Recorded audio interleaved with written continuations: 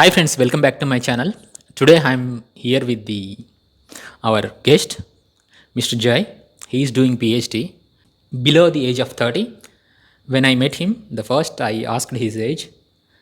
Normally I don't do, but he's doing PhD here, so I can't resist myself and asked him. And when he told he is below 30, I was really shocked. So then I asked him, about all these details. So we'll ask him some questions and let welcome Mr. Jay. Hi, bro. Why can't you introduce yourself to our viewers? Hello, my name is Soumya Chakrabarthi. I'm doing my PhD at RMIT, City Campus, Melbourne, Australia. And yeah, I did my bachelor's from Calcutta University and master's from Pondicherry Central University. My research subject is chemical engineering and environmental engineering. And I'm currently here for the past 4 months since 1st of March. So I'm going through. So, why did you choose the PhD and why did you choose the Australia? So I chose PhD because I had a knack for research since my master's only, and after master's also I worked at CSIR, the Council for Scientific Industrial Research, and yeah, there I did a lot of government and private projects. So I found that research is my passion, and why not make it a career itself? So while doing that, I understood that academics was the best way, and to go through academics, I need a PhD. So I started looking for good PhD fundings and all that, and realized that they are very good in English-speaking countries. My options were England, Canada, US, Australia. So I started applying.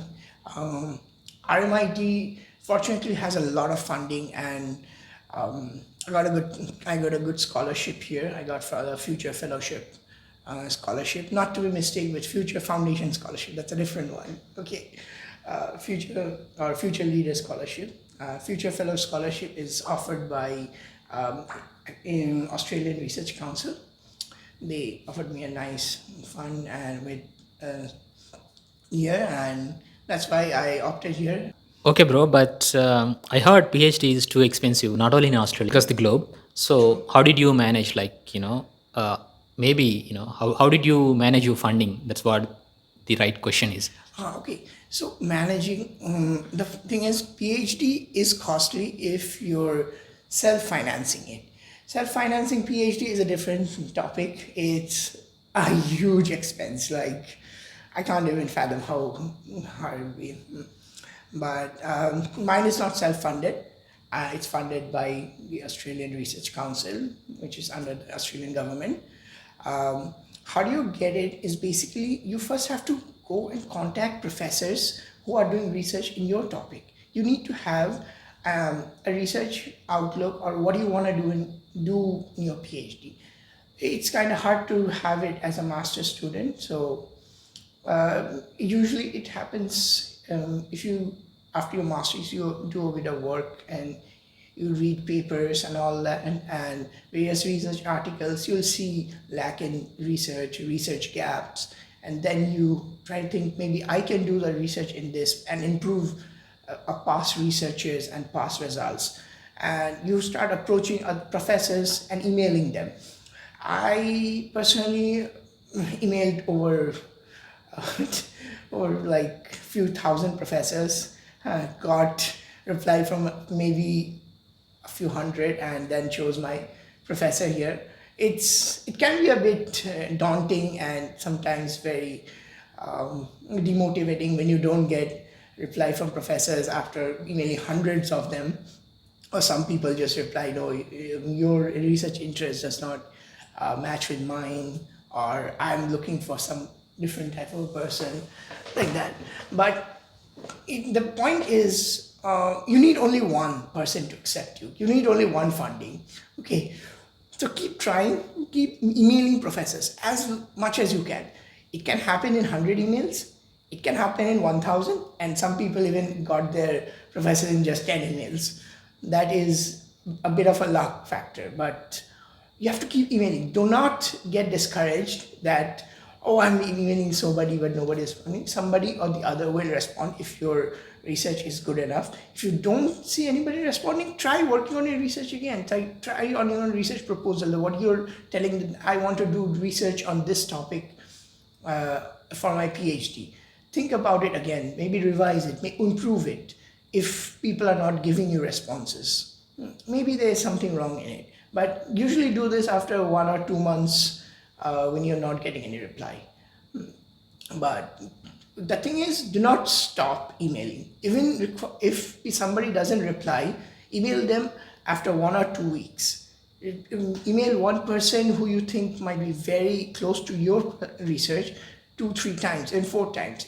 There's nothing wrong about emailing somebody and telling them, I want to work in your lab. And try to find out more about this professor. Look up their researches, look up what publications they do, look up their profile and their labs, look up their students, what they are doing research, and then keep sending emails. They will respond.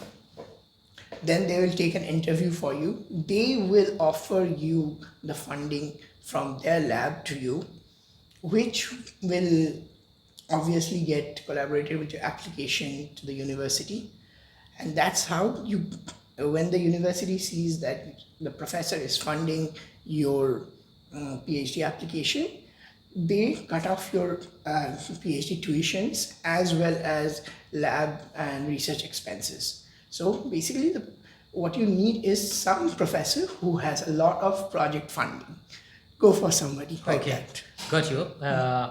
It's a general question because I'm into electrical design engineering, so I don't know much about the research and all. Sorry to say that, but do you need to really publish certain amount of papers before applying for PhD? Okay, this is a very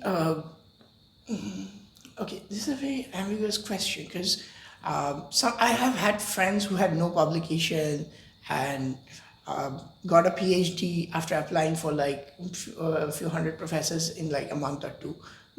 When I have friends who have 8-10 publications and have tried for over a year and then they got it.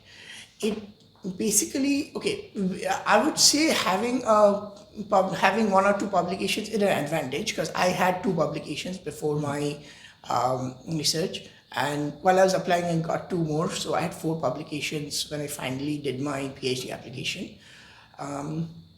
But application gives you an edge, but it's not the end of the world.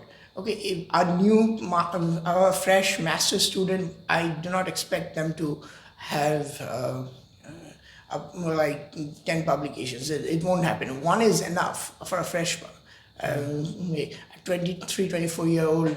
Having 2-3 publications is quite a lot. And if it's in a good journal, like well-known journal, especially in my field, like a Journal of American Chemical Society, JACS, and I'm not asking for nature science, obviously. That master's student is very rare to have one. They do, but very rare in our country. If you have publications, it's good. It gives you an edge over them. But do not get demotivated if you don't. You can still get replies from professors and get your funding even with your master's thesis. You need to be very precise and confident about what you want to do in your research and present it to them very nicely. If needed, make a presentation for your research proposal. Like, what do you want to do in your, make 5 slides for it. It wouldn't hurt the professor to see 5 slides. Maybe that 5 slides can make the difference. He'll understand, oh, this boy has an idea of what he want to do in his 3-4 years of research. He has made that into 5 slides. So he's focused about it. That 5 slides does not have to be very complicated with formulas and everything. Just few pictures and few words. But be clear what you want to do. Show, in my first 1 or 2 year, I want to do this. In the next slide, what results you want to get through your PhD. How that results will apply in the society or in commercially or whatever way you want to apply your research. it depends on what's the field of research you're doing, and put some effort to it. Show them you have the passion, because professors do not want people who have high grades, high level of profile. They want somebody who's passionate about the research and put hard work into it. You just because you're smart doesn't mean you'll do good research. That is what we tell in our field. You might be smart, but if you're lazy in PhD, you go nowhere. Like PhD is like going to the gym. You have to do every day the same thing over and over, and then eventually you'll see the results. It's about consistency. So show that motivation, show that confidence in your emails, in your proposals to a professor, and especially the interview. The interview is the making or breaking point. If a professor tells you that he will give you half an hour for the interview, make sure you give all your effort into it. Prepare for the interview like 7 days before. Learn head to tail about what the professor has done. Like from his bachelor's to his PhD, look up all his publications. Look up what he's doing recently, and try to show that you want his lab only. Like it's like make or break, life ending for you to be in his lab. Like you have to impress him somehow. Yeah. Okay, and if you do that, the profile doesn't matter. As if the professor is impressed with you, it doesn't matter which university, what publication, what recommendation you have. If professor says I'm going to take him, it's very rare the university will reject you. Like once a professor has told you in the interview, "Oh, I will take you," you can be 95% sure that you're going to be there in the university. That's it. Bro, this is stupid question, I know, but I'm gonna ask you. Yeah, sure. Will age matters in the PhD application for the university? You have to be at certain age, like minimum 25 or 28 kind of thing? I'm just asking because people normally say that. Yeah, I'll tell you this much. Age is not a huge factor in PhD. Nobody cares. What they care is how you have studied. Is your background relevant to the PhD? And do you have passion for research? So this is very detailed question, bro. Mm-hmm. What is the English language requirements for the PhD application as a student? Okay, this is very important. So for English-speaking countries, they will either ask you for IELTS or TOEFL. So TOEFL is usually asked in Canada or USA. Especially like big college universities like University of British Columbia in Canada, the Ivy Leagues in USA, Harvard, like Stanford, MIT, they ask for TOEFL too much. But in Australia, there is no discrimination between TOEFL, IELTS, and there's another one, PTE. Yeah. So that one also, there's not an issue. For IELTS, what I did was my university asked me for a 6.5 score. I had a 7.5, so it was fine. As long as you cross the threshold of the cutoff that they tell you in science stream, that's fine. If the issue arises when you're trying to do research in linguistics, literature, English, social sciences, they might ask for a higher cutoff, or maybe that thing can be seen as a negative thing, because in social sciences, arts, you have a bit of like communication and lots of lots of linguistic things to go through, literature and all. So that might show up, but in science stream, if you pass the cutoff, after that nobody sees you. And the cutoff for science right now in RMIT is 6.5. They might increase it next year to 7, because recently academic visa has increased the cutoff by from 6 to 6.5. So yeah, if you cross 7, nobody bats an eye, whatever you are. And 8 and all, No questions. They'll just, yeah, you got 8. The reason why they take your English test, which is very easy, I can tell anybody, I only studied 7 days for it and passed my test. I was very tensed. It would be so hard, and because I'm from India and my English is my second language. That would be hard, but yeah, it's very easy. It's very basic English. If you know how to speak and write English somewhat, it won't be too hard. Especially for English medium um, school students, it's very easy. Okay, it's just that they want to know you can speak, write, and communicate in English, because the English is the only language of communication here. And if you can't communicate, how are you going to do PhD? Even if you are the greatest researcher, you have the best publications, best results. If you can't present it to the society, what are you going to do about it? That research is going to die down with you. Your research is meant to be made to the public, so you need to learn English. Okay. If you are not that good in English, start studying IELTS and all from right now, and improving your English speaking skills, because it's going to come in handy. You're going to need it a lot here, and you're going to have lots of presentations, lots of report writing during your PhD. Yeah. So it's needed. Thanks, bro. And this is very, very interesting question for many aspirants. So, is it the same visa do the masters get, or it's a different for the PhD students? Okay, so the visa part is a bit dubious. Visa for studying in Australia is called visa number 500. But there's two types here. One is postgraduate education sector visa, and another is research sector visa. Both are under category 500. In postgraduate ones, you have limited work time. You can, I think, like 48 hours or something. Yeah, 48 for fortnight. Yeah, per fortnight you can work. But if you get the research sector visa, which is only given to PhD students, you have an unlimited work time. You can work 24 hours a day, and they won't bat an eye for you. But your visa has to have research sector 500 research sector written there. If you don't, you won't have the working rights for like unlimited time. Yeah. So, it's just a general question. How hard is to get a part-time or full-time job as a PhD student here?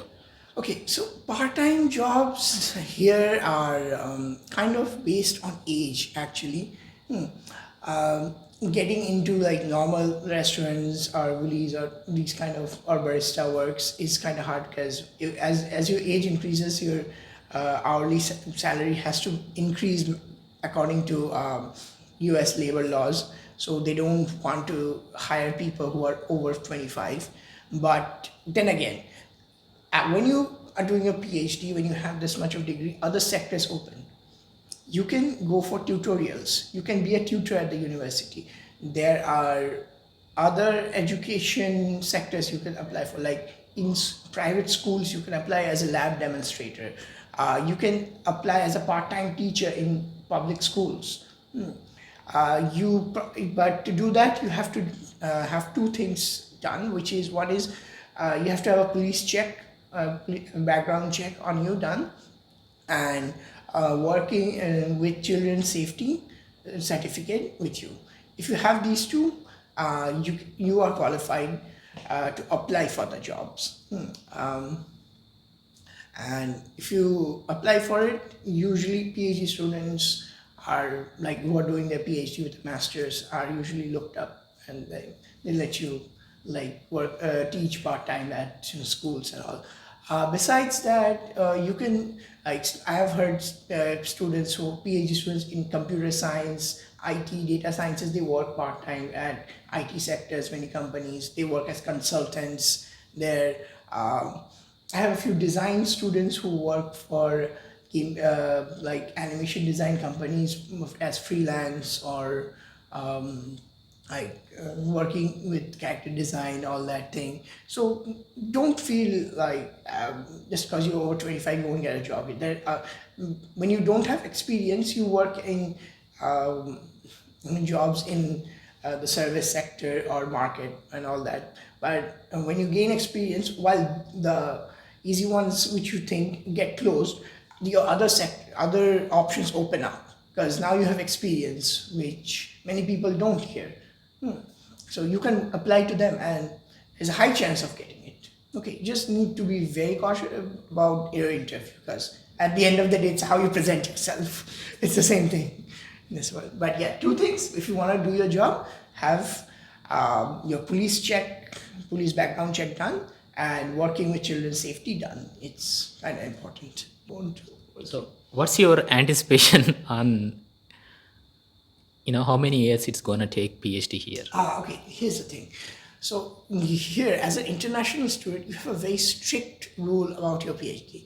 They will tell you that you have to complete your PhD in 4 years. Oh. Yeah, it's very strict. They will not give you even a single penny more funding more than 4 years.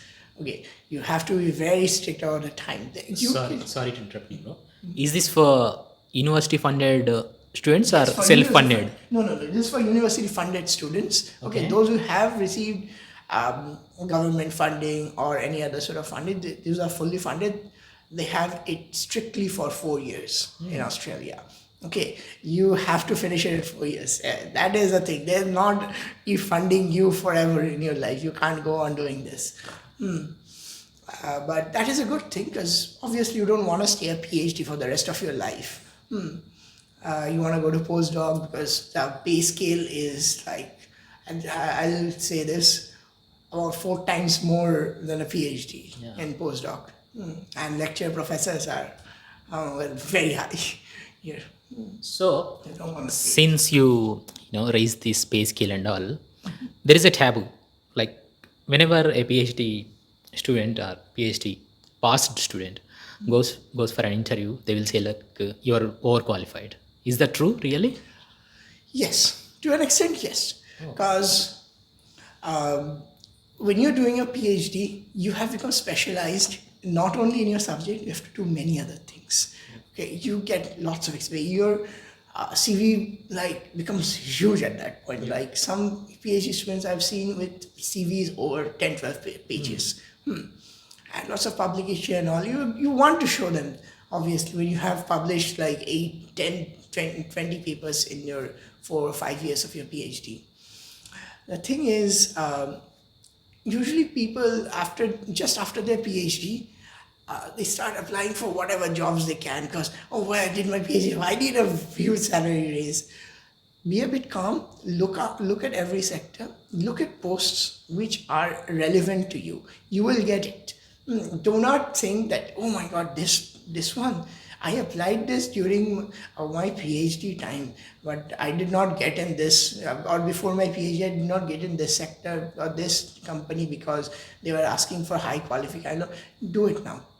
It's your time. Do not be afraid because they're asking for a huge qualification in that. You are the huge qualification here. Okay, if PhD freshers is not a fresher. Doing a PhD, you have gained experience. This is some out of box question, maybe. So, since you mentioned your visa, can you bring your family here on that visa? I With my salary, I don't think I can bring my family. I don't. Yeah. So to bring a dependent, you need to have a certain amount of salary to show you can support another person. The amount of salary I'll open up here. I get around 34,500 per annum from my research stipend. Only this is from the scholarship stipend, which I can show as my financial stability in the country. But this is not enough for 2 people. That is good enough for 1 person, obviously. You can also earn obviously more through tutorial and all that in this after coming here. But before coming here in the visa, you cannot show a high amount of salary to bring your family. So what happens is once you get the visa, you cannot, in your research sector visa, you cannot bring them. Yeah, you have to have a working visa to bring somebody here, which you do not get during a PhD. Okay, bro. I've got a question here. So, before applying visa, when you are in India, have you shown any financial stabilities? Means bank accounts. You have so much of funds in Indian. Since I'm asking this question because you are fully funded from the university, it means really you don't need to show any funds back in India, or you just have to show. What's the criteria? Okay, so the criteria for funding that you have to show to get your research sector visa is you have to show like 1,10,000 in your bank, which I had to show, which is basically the fare for to and fro from Australia to India. This much you have to show. Only that. Yes, only that. And you have to show that you have been working in or you have relevant educational qualification to do this research here. If you can establish that, that's fine. And the main thing that is very important is your confirmation of enrollment. It's called COE. You have a strict COE number, which is given to you by the university with consultation from Australian Immigration. Australian Immigration will be notified about your whole application process, how much stipend you're getting, how much all. This COE also will contain your research stipend money. That is your financial proof. Your COE is the most important. When you get your COE, check it very properly. Not the offer letter, the COE, confirmation of enrollment. That will have everything written on it, from your stipend to overseas health coverage. Some universities don't give overseas health coverage. Look into it. Maybe then you have to get your own overseas health coverage. That's another thing for the visa. But usually, if it's self-funded, it's fully funded PhD, you will have the university will cover your overseas health coverage, which is actually very good. RMIT actually covers even dental, which is Yeah, it's too expensive, man. Dental, the overseas health I am coverage is paying very for expensive. private and dental both. It's Yes, too costly in Melbourne, Australia. So it's yeah, it's yeah, it's, yeah, yeah, yeah. it's If entirely somebody different. has to cover that, that Yeah, is it's entirely different world of. Forget about it. What were your options actually? Is it UK, Canada, US, and did you get offers from any unis, or you landed here since only because you got admitted here? okay. So I applied all over the world. I applied in Japan, South Korea, Europe, Canada, Australia, US. I even was applying to African countries or not Middle Eastern Not bad, countries. not bad. But you keep your options open. I have sent thousands of emails. Okay. So you were, that shows your desperation. You Yeah, were very desperate. Yeah, very, very desperate to get my PhD. I was showing full on passion. Like I Yeah. was Kindly Yeah. understand Yeah. this actual, this much of desperation you need to, Yeah. for the This much PhD. you have to be open to everything. Like I was open to learning language of different countries just to get there. I ended up learning Japanese just to get there. But yeah. So I had my offer. I had got offer from Australia, Germany, UK, Canada. Yeah, these 4 countries. Okay. The thing is, when I talked to my professor here in Australia, he was really nice. Like he was absolutely the guy I wanted to work with. Now, how do you? Now that is something that is a topic I should mention. Choose. Do not go for the university. Go for the research supervisor, your guide. He is the important one. You can get an MIT, but you have a guide who you see once a month or once in 2 months. Oh, I thought your PhD is not gonna go well. Trust me. Get a guide who is in a form of his career where he can give you time. He talks to you. He interacts. And somebody who is passionate with your topic of research. Just don't go into anybody like, oh God, I got into Harvard, and then you don't see your PA guide once in 3 months. Not even Harvard is gonna help you with your PhD. Okay, you need your guide for many things. You need his signature. You need him for the funding. You need him for getting chemicals, or going to conferences, presenting your research in front of the board for many things. You need him for like every step. Without your guide's signature, permission, you cannot do many things. So you need your guide. Get your guide is the main thing, and that's why even after talking to like 5 guides who accepted me, I made sure that I will go with this. My guide's name is Joseph J. Richardson. He was so passionate. We used to talk like every week. 2 times we used to email and talk about research. Like if somebody sees our research before I came to Australia, you'd literally see we have almost like talked about like the first 1 year of what we'll do in our research. So we had this much rapport, and I realized that if this guy is this much passionate about giving me research, while other guys say, yeah, you apply, then we'll see, I'll take you, and then he doesn't, then the other guys but did not reply for 2-3 weeks. It felt like, okay, he's not going to give me that much attention. I'm giving effort, so I'm going to work in his projects also. I'm going to work in his lab. I need something back from him also, like a little bit of attention.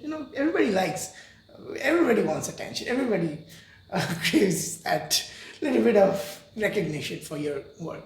Who is recognizing me?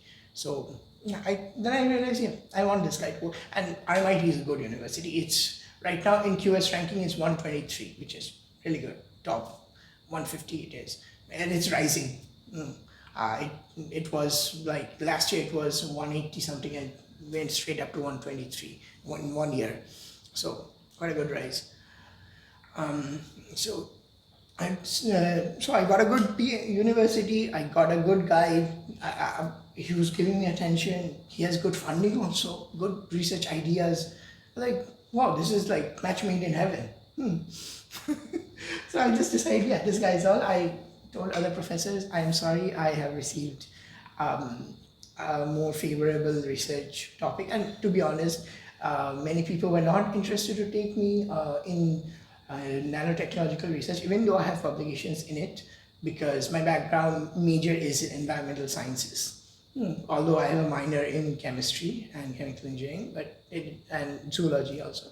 They did not want to take me. So that was also a point, because his topic is absolutely and not nanotechnology. We work on spectroscopy, all the technical chemistry stuff.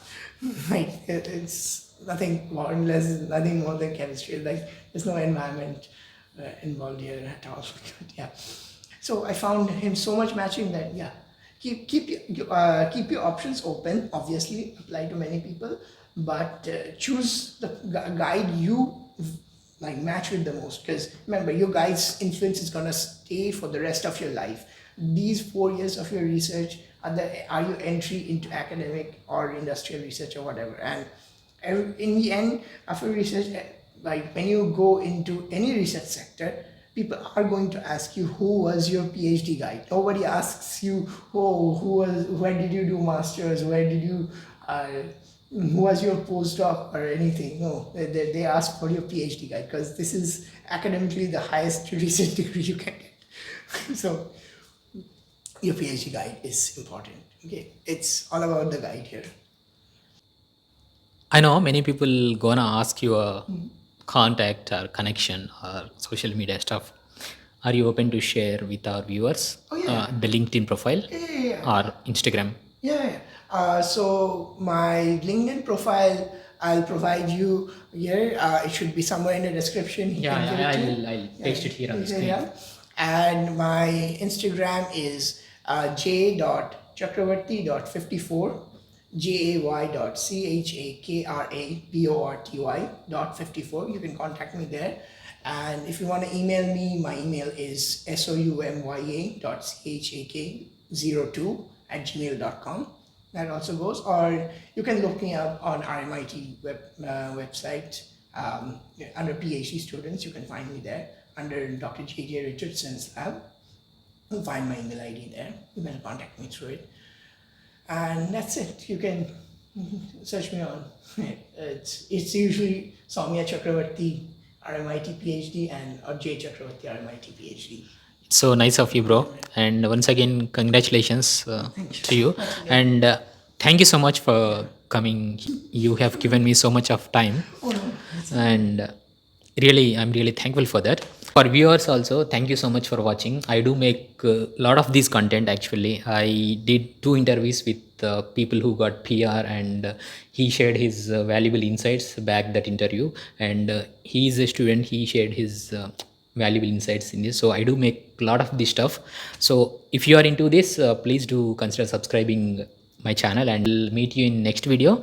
Until then, bye bye. See you. Take care. Jai Hind.